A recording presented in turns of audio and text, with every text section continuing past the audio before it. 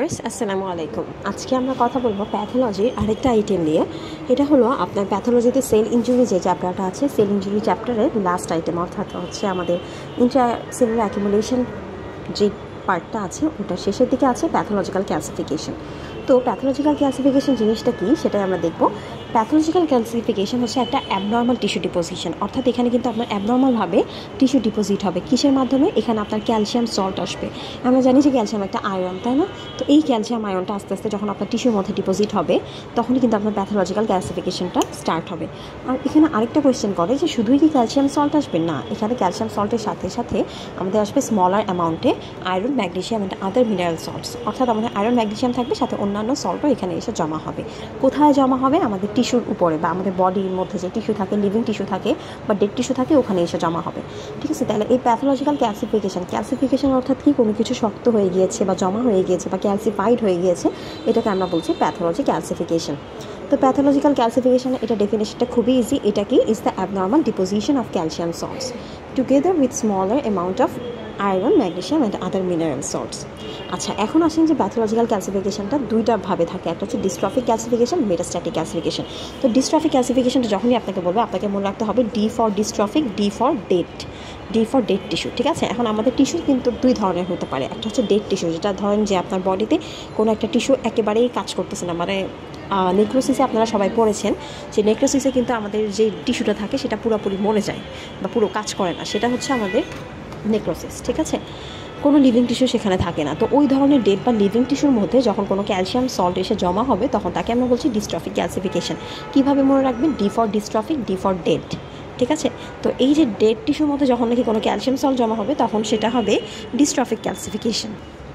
আমি আসলে খুবই দুঃখিত, আমার গলা প্রচুর পরিমাণে খারাপ, কারণ হচ্ছে কালকে কলেজ থেকে যেতে যেতে অলরেডি বৃষ্টিতে ভিজে ভিজে আমার অবস্থা খারাপ। অ্যান্ড আজকেও যখন কলেজে আসছি একদম হাঁটু পরিমাণ পানি পার করে, এই যে দেখতে পাচ্ছেন, আপনারা জানালা দিয়ে যদি তাকান তাহলে দেখবেন যে রাস্তা কিন্তু একেবারেই পানিতে ভরে গেছে। একটু জুম করে দেখাই, এই যে দেখেন, এখানে যদিও বোঝা যাচ্ছে না, বাট রাস্তায় একদম হাঁটু সমান পানি। আজকে যখন আমি আসি কলেজে তখন আমার হাঁটু সমান পানি পার করে আসতে হয়েছে। তো আমি ভেবেছিলাম যে ক্লাসে আজকে বেশি কেউ আসবে না, কিন্তু এসে দেখি না, আই ওয়াজ রং, ক্লাসে সবাই আসছে আর এই হাঁটু সমান পানি পার করেই আসছে। সো মেডিকেল লাইফটা আসলে এমনই। এরপরে আসেন ডিস্ট্রফিক ক্যালসিফিকেশানে আপনি কী কী দেখবেন।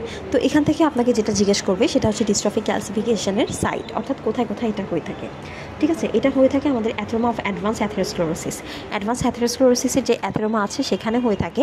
তাছাড়া এটা কমনলি ডেভেলপ করে কোথায়? এজিং অথবা ড্যামেজড হার্ট ভালভ। আমাদের হার্টে যে ভালভগুলো আছে সেগুলো যদি ড্যামেজড হয়ে যায় তখন ওখানেও আমাদের এই ডিস্ট্রফিক ক্যালসিফিকেশনটা ডেভেলপ করে। আরেকটা জিনিস আমি আপনাকে শুরুতেই বলেছিলাম যে ডিস্ট্রফিক ক্যালসিফিকেশনটা নেক্রোসিসে হবে, অর্থাৎ আমাদের নেক্রোসিসে, মানে যেখানে একদম ডেড টিস্যু হয়ে গিয়েছে সেখানে। এখন নেক্রোসিসের টাইপের মধ্যে আমরা কী কী পড়েছিলাম সেগুলো একটু বলবেন, যেমন কোয়াগুলেটিভ, তারপর কেসিয়াস, লিকুইফেক্টিভ টাইপ। ঠিক আছে? এছাড়াও আমরা কিন্তু পড়েছিলাম যে এখানে ফ্যাট নেক্রোসিসের আবার দুইটা টাইপ পড়েছিলাম, একটা এনজাইমেটিক, একটা ট্রমেটিক। তো এই ট্রমেটিকটা আবার ব্রেস্ট ক্যান্সারে হয়ে থাকে। তো ট্রমেটিকে না, আমাদের যে ডিস্ট্রফিক ক্যালসিফিকেশনটা সেটা হচ্ছে আমাদের এনজাইমেটিক নেক্রোসিসে হবে। তো এই হচ্ছে আমাদের ডিস্ট্রফিক ক্যালসিফিকেশনে পড়াটা। এরপরে আসেন, আপনাকে আরেকটা ইম্পর্টেন্ট যেটা জিজ্ঞেস করবে সেটা হচ্ছে ক্লিনিক্যাল সিগনিফিকেন্স। এই যে আমাদের ডিস্ট্রফিক ক্যালসিফিকেশন হচ্ছে, এটার ফলে কী হচ্ছে? এটা হচ্ছে এর ফলে অর্গানটা ডিসফাংশন হচ্ছে, মানে অর্গানটা কাজ করতেছে না। যেহেতু এটা ডেড টিস্যু তাহলে কিন্তু এমনি অর্গান এখানে কাজ করবে না। তাছাড়াও এখানে ক্যালসিফাইড ভালভুলার ডিজিজ, অর্থাৎ ভালভগুলো তো একদম ক্যালসিফাইড হয়ে যাবে। আর তাছাড়া এখানে হবে অ্যাথেরোস্ক্লেরোসিস। আচ্ছা, এরপরে আসেন মেটাস্ট্যাটিক ক্যালসিফিকেশনটা কি। মেটাস্ট্যাটিক ক্যালসিফিকেশনটাও কিন্তু ঠিক আগের মতোই, ক্যালসিয়াম সল্ট এখানে জমা হবে ঠিকই, কিন্তু সেটা অবশ্যই ভাইটাল অথবা লিভিং টিস্যুতে হতে হবে। অর্থাৎ যেই টিস্যুটা মরে গিয়েছে এমন টিস্যু না, সেই টিস্যুটা জীবিত থাকতে হবে। ভাইটাল অথবা লিভিং টিস্যুতে যখন ক্যালসিয়াম সল্ট জমা হবে তখন তাকে আমরা বলছি মেটাস্ট্যাটিক ক্যালসিফিকেশন। তো মেটাস্ট্যাটিক ক্যালসিফিকেশনের কজটা আপনাকে জিজ্ঞেস করবে, একদম হুবহু এখানে যেভাবে আছে সবগুলো বলতে হবে। যে মেটাস্ট্যাটিক ক্যালসিফিকেশন হয় হচ্ছে আমাদের হাইপার ক্যালসিমিয়ার মাধ্যমে। হাইপার ক্যালসিমিয়াটা কি? যখন আমাদের বডিতে যতটুকু ক্যালসিয়াম থাকার কথা তার চেয়ে বেশি পরিমাণ ক্যালসিয়াম যখন বেড়ে যাবে তখন তাকে আমরা বলি হাইপার ক্যালসিমিয়া। এগুলো কিন্তু আপনারা বায়োকেমিস্ট্রিতে পড়ে এসেছেন ফার্স্ট ইয়ারে। আর যখন হচ্ছে আমাদের বডিতে ক্যালসিয়াম লেভেলটা কমে যাবে নর্মালের তুলনায় তখন তাকে আমরা বলি হাইপো ক্যালসিমিয়া। আচ্ছা, তো আমাদের চারটা কজ আছে হাইপার ক্যালসিয়ামিয়া। সেগুলো কি? প্রথমটা হচ্ছে সিক্রেশন অফ প্যারাথাইরয়েড হরমোন, অর্থাৎ আমাদের প্যারাথাইরয়েড হরমোনটা যতটুকু পরিমাণ আগে সিক্রেট হতো তার থেকে বেশি পরিমাণ এখন সিক্রেট হবে, ঠিক আছে। সিক্রেশন সাবসিকুয়েন্ট বোন রিজর্পশন হবে এখানে। সেটা কোন প্যাথোলজিক্যাল কন্ডিশন হবে? সেটা হচ্ছে হাইপার থাইরয়েডিজম হবে, অর্থাৎ হাইপার থাইরয়েডিজমের ক্ষেত্রে দেখা যাবে আমাদের প্যারাথাইরয়েড হরমোনটা খুব বেশি পরিমাণে আর কি সিক্রেট হচ্ছে, এই জন্যই তো এর নাম হাইপার প্যারাথাইরয়েডিজম, অর্থাৎ বেশি পরিমাণ যেহেতু সিক্রেট হচ্ছে তাই হাইপার প্যারাথাইরয়েডিজম। আচ্ছা, এরপর আসেন ডিস্ট্রাকশন অফ বোন টিস্যু। এটার আন্ডারে আবার চারটা আছে, অর্থাৎ আমাদের বোনের টিস্যুটা ডিস্ট্রাক্ট হয়ে যাবে বা ধ্বংস হয়ে যাবে। এই চারটা জিনিস কী কী?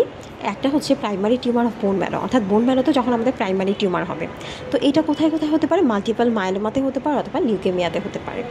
আচ্ছা, এরপরে আসেন diffuse skeletal metastasis. Diffuse skeletal মেটাস্ট্যাসিসটা কি? এটা হচ্ছে ব্রেস্ট ক্যান্সারে হবে, অর্থাৎ আমাদের ব্রেস্ট ক্যান্সারে নর্মালি দেখা যায় যে আমাদের ওমেনদের ক্ষেত্রে কিন্তু ব্রেস্ট ক্যান্সারটা খুবই কমন। তো ব্রেস্ট ক্যান্সার যখন হয় তখন সেটা কিন্তু এক জায়গায় সীমিত থাকে না, এটা আস্তে আস্তে আমাদের স্কেলেটালটাকে, আমাদের ব্রেস্টের যে স্কেলেটালটাকে এটাকে একেবারে শক্ত করে দেয়, যার কারণে আমাদের ইন্টারলোবিউলার যে ডাক্টগুলো আছে ডাক্টগুলো কিন্তু একেবারে বন্ধ হয়ে যায় বা ক্লোজ হয়ে যায়। তো এটাকে আমরা বলছি ডিফিউজ স্কেলেটাল মেটাস্ট্যাসিস, মানে ওই ব্রেস্টটা একদম শক্ত হয়ে যাবে আর এখানে হচ্ছে ব্রেস্ট ক্যান্সার হবে, মানে আপনি বুঝতে পারবেন ডায়াগনোসিস করে। তো এটা হচ্ছে আমাদের diffuse skeletal metastasis.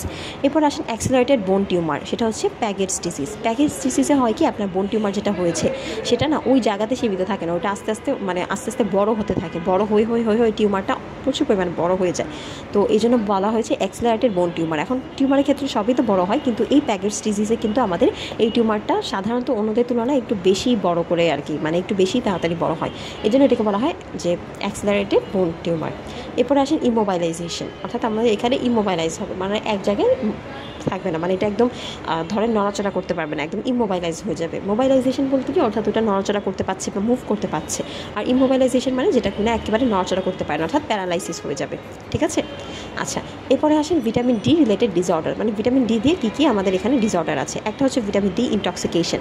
Vitamin D intoxication এটাও আপনারা ফার্স্ট ইয়ারে পড়েছেন খুব সম্ভবত, যে আমাদের ভিটামিন ডিটা যদি বডির মধ্যে কোনো টক্সিসিটি ক্রিয়েট করে। আর হচ্ছে সার্কয়েডোসিস।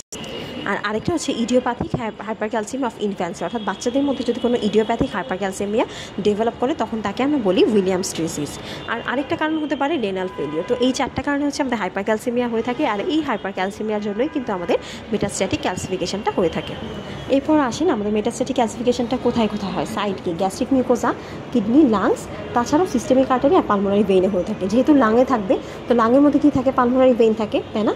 আচ্ছা, এখন আপনারা মনে রাখবেন তাছাড়াও এখানে থাকবে সিস্টেমিক আর্টারি, গ্যাস্ট্রিক মিউকোসা আর কিডনি, এগুলোতেও কিন্তু আমাদের মেটাস্ট্যাটিক ক্যালসিফিকেশনটা হয়ে থাকে। এখন আসেন আমাদের ক্যালসিয়ামটা মানে ক্লিনিক্যাল সিগনিফিকেন্সটা কী? আমাদের ক্যালসিয়াম ডিপোজিশন যদি কিডনিতে আর কি জমা হয়, যদি ক্যালসিয়াম ডিপোজিশনটা হয় তখন তাকে আমরা বলবো রেনাল ফেলিয়ার, অর্থাৎ কিডনিতে যখন জমা হচ্ছে তখন কী হচ্ছে? রেনাল ফেলিয়ার হচ্ছে। লাংসে যখন জমা হচ্ছে তখন আমাদের রেসপিরেটরিতে সমস্যা হচ্ছে, তখন তাকে আমরা বলছি রেসপিরেটরি ডিফেক্ট। আর যখন নাকি কোনো ব্লাড ভেসেলে জমা হচ্ছে তখন আমরা তাকে কী বলছি? Vascular obstruction. আসলে ভাস্কুলার বলতে কিন্তু আমরা এখানে ভেসেলে বোঝাচ্ছি, যখন কোনো ব্লাড ভেসেলে এরকম ক্যালসিয়াম ডিপোজিট হচ্ছে তখন তাকে আমরা বলছি ভাস্কুলার অবস্ট্রাকশন। এরপর আসলে এই পার্থক্যটাও খুবই ইম্পর্টেন্ট। এতক্ষণ আমরা যেগুলো পড়েছি এখানেও জাস্ট ওগুলাই আছে। পার্থক্যগুলোর মধ্যে সবচেয়ে ইম্পর্টেন্ট হচ্ছে আপনার সেমামা বডি আর হচ্ছে সেরাম ক্যালসিয়াম লেভেল। আচ্ছা, সেরাম ক্যালসিয়াম লেভেলটা কিন্তু ডিস্ট্রফিক ক্যালসিয়ামে নর্মালি থাকবে, এটা আমরা পড়েছি যে এখানে কোনো ধরনের হাইপার ক্যালসিয়ামিয়া হয় না ডিস্ট্রফিক ক্যালসিফিকেশনে, সো এখানে ক্যালসিয়াম লেভেলটা নর্মাল থাকবে। কিন্তু মেটাস্ট্যাটিক ক্যালসিফিকেশনে যেহেতু হাইপার ক্যালসিয়ামিয়া হয় এই জন্য এটার ক্যালসিয়াম লেভেলটা বেড়ে যাবে। আচ্ছা, এরপরে আসেন ক্লিনিক্যাল সিগনিফিকেন্সটা কী হবে? এখানে হচ্ছে আপনার ডিসফাংশন হবে, আর হচ্ছে ক্যালসিফাইড ভালভুলার হার্ট ডিজিজ হবে, অ্যাথেরোস্ক্লেরোসিস হবে। তো এগুলো কিন্তু আমরা মোটামুটি পড়ে এসেছি। আরেকটা জিনিস, যখনই আপনাকে কোনো কিছু পার্থক্য বলবে তখনই কিন্তু আপনাকে আগে ডেফিনেশনটা বলতে হবে। এরপরে আসেন স্যামোমা বডি কী জিনিস? স্যামোমা বডি হলো যখনই আমাদের, তো স্যামোমা বডিটা কি? যখনই কোনো টিস্যুতে আপনার হচ্ছে ক্রিস্টালটা আর কি ফর্ম হবে, বা কোনো টিস্যুতে যখন নাকি ওটা ক্যালসিফাইড হয়ে যাবে, ওটা হচ্ছে ক্যালসিফাইড কীভাবে হবে? ধরেন এটা একটা টিস্যু, হ্যাঁ, এখানে শেষে আপনার ক্যালসিয়াম জমা হচ্ছে, জমা হয়ে ওটা শক্ত হয়ে গিয়েছে, একদম ক্রিস্টাল লাইক হচ্ছে হার্ড স্ট্রাকচার তৈরি করেছে, তখনই আমরা এটাকে স্যামোমা বডি বলছি। আর এটা কিন্তু আমরা মাইক্রোস্কোপে দেখতে পারি, ঠিক আছে। এখন এই যে ক্রিস্টাল লাইক, এটা কিন্তু কোথায় আমরা পাবো? এটা ডিস্ট্রফিক ক্যালসিফিকেশনে পাবো, আর এটা মেটাস্ট্যাটিক ক্যালসিফিকেশনে পাবো না। কেন ডিস্ট্রফিক ক্যালসিফিকেশনে পাবো? কারণ ডিস্ট্রফিক ক্যালসিফিকেশনে টিস্যুটা পুরোপুরি ডেড হয়ে যায় এজন্য। আর মেটাস্ট্যাটিক ক্যালসিফিকেশনে এই জন্য পাবো না কারণ ওখানে কিন্তু So, the progressive acquisition of outer layer of calcification may create laminated configuration is called semoma body. অর্থাৎ ধরেন যে আপনার এখানে টিস্যুর মধ্যে, হ্যাঁ, টিস্যুর মধ্যে এরকম এরকম করে আপনার হচ্ছে ক্যালসিফিকেশন হয়ে জমা হলো। তো এই যে এভাবে যে স্তরীভূত হয়ে জমা হচ্ছে, একটা স্তর জমা হচ্ছে পর আরেকটা স্তর জমা হচ্ছে, এটাকেই আমরা বলতেছি ল্যামিনেটেড কনফিগারেশন, অর্থাৎ একটা স্তরীভূত হয়ে জমা হচ্ছে, এই জন্য এটাকে আমরা বলতেছি ল্যামিনেটেড কনফিগারেশন। এখন আপনি নিজেই চিন্তা করেন যে এই ধরনের একটা কিছু জমা হচ্ছে, এটা কি আপনার লিভিং টিস্যুতে বেশি জমা হতে পারবে নাকি ডেড টিস্যুতে? যেটা লিভিং টিস্যু সেটা তো হিল করেই ফেলবে, তাহলে তো সেখানে আর জমা হওয়ার কোনো স্কোপ নাই, তাই না? তাহলে ওটা হিল করে ওখানে নতুন একটা চামড়া গজাবে, যেমন নাকি আপনার হাত কেটে গেলে বা কোথাও কেটে গেলে হয়, জায়গাটা হিল করে সেখানে নতুন করে জমা হয়, এটাকে আমরা বলছি, জায়গাটা যখন হিল করে নতুন করে যখন জমা হয় তখন সেটাকে আমরা বলছি কি মেটাস্ট্যাটিক ক্যালসিফিকেশন, অর্থাৎ লিভিং টিস্যুতে যেটা হচ্ছে। কিন্তু আমাদের ডিস্ট্রফিক ক্যালসিফিকেশন যেটা, সেখানে তো আপনার এটা সরার কোনো স্কোপ নাই, যেহেতু সেখানে আর কোনো নতুন সেল জমা হচ্ছে না, এই জন্য এটাকে আমরা বলছি ডিস্ট্রফিক ক্যালসিফিকেশন। তার মানে সেমামা বডিতে আমাদের ডিস্ট্রফিক ক্যালসিফিকেশনটা, অর্থাৎ ডিস্ট্রফিক ক্যালসিফিকেশনে আমাদের সেমামা বডিটা বেশি খুঁজে পাওয়া যাবে, অর্থাৎ ক্যালসিফাইড হইতে হইতে হইতে হইতে এখানে ল্যামিনেটেড হয়ে একদম হচ্ছে ক্যালসিফাই হয়ে যাবে, এই জন্য সেটা আমরা ডিস্ট্রফিক ক্যালসিফিকেশনে খুঁজে পাবো। যেহেতু ওখানে নতুন করে কোনো সেল তৈরি হচ্ছে না, সেল গজাচ্ছে না, তাই কিন্তু ওখানে আপনার সেমামা বডিটা হওয়ার চান্স বেশি। আর মেটাস্ট্যাটিকে যেহেতু নতুন করে হচ্ছে আমাদের সেলটা জমা হচ্ছে, তাই এই যে সেমামা বডিটা যদি তৈরিও হয় তাহলে কিন্তু সেটা সরে যাবে, সেটা আর থাকবে না। এই জন্য কিন্তু এখানে বলেছে যে সেমামা বডিটা আমাদের ডিস্ট্রফিক ক্যালসিফিকেশনে পাওয়া যেতে পারে, কিন্তু মেটাস্ট্যাটিক ক্যালসিফিকেশনে পাওয়া যাবে না। সো এই ছিল আমাদের আইটেম, আশা করি সবাই বুঝতে পেরেছেন। সবাইকে এতক্ষণ ধরে আমাদের সাথে থাকার জন্য ধন্যবাদ, এবং পরবর্তীতে আপনারা কী টাইপের ভিডিও চান বা কোন টপিকের উপর ভিডিও চান আমাদেরকে কিন্তু অবশ্যই কমেন্ট সেকশনে জানাবেন। সবাইকে ধন্যবাদ, সবাই সুস্থ থাকবেন, আল্লাহ হাফিজ।